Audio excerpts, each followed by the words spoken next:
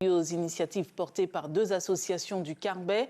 Si aucun chiffre au niveau local n'est disponible, à l'échelle nationale, 1 femme sur 10 en est atteinte. Au collège du Carbet, une manifestation était organisée pour sensibiliser garçons comme filles à cette maladie. Catherine Gonier-Cléon, Karen Kasuto. Ils étaient exclus de la prévention, pas concernés jusqu'alors. Mais les choses évoluent. La jante masculine est invitée aujourd'hui dans le discours. L'endométriose, une affaire de femmes et d'hommes. Ici, la pathologie est décryptée, expliquée, pas de non-dit, tout est dévoilé. Les douleurs, les changements hormonaux, la vie sexuelle. On nous a parlé de l'endométriose. Là, on est avec un naturopathe qui nous explique plusieurs choses différentes sur l'alimentation et une diététicienne aussi qui nous apprend plusieurs choses sur l'alimentation du vivant et du mort. Donc pour l'instant, c'est une journée qui m'intéresse énormément. Franchement, j'apprends plusieurs choses et ça élargit ma culture générale. Oui, j'en avais déjà entendu parler, surtout grâce aux réseaux sociaux. Il y a beaucoup de gens qui font des témoignages, et je trouve que c'est super important. Et j'en avais aussi entendu parler, par exemple, je crois qu'il y a des filles du collège qui en souffrent. Et je trouve que c'est super important vraiment que tout le monde sache ça. Si elle me dit à les règles, je vais être encore plus gentille avec la fille. Je vais la soutenir jusqu'à la fin. Pourquoi les garçons?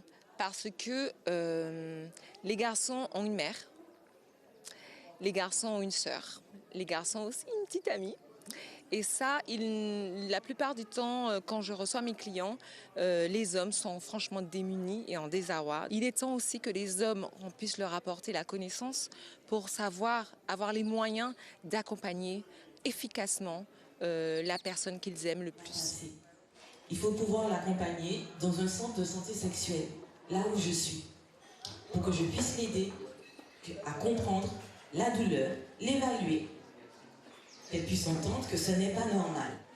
Apprivoiser la douleur à travers différents ateliers. Coup double pour les organisateurs.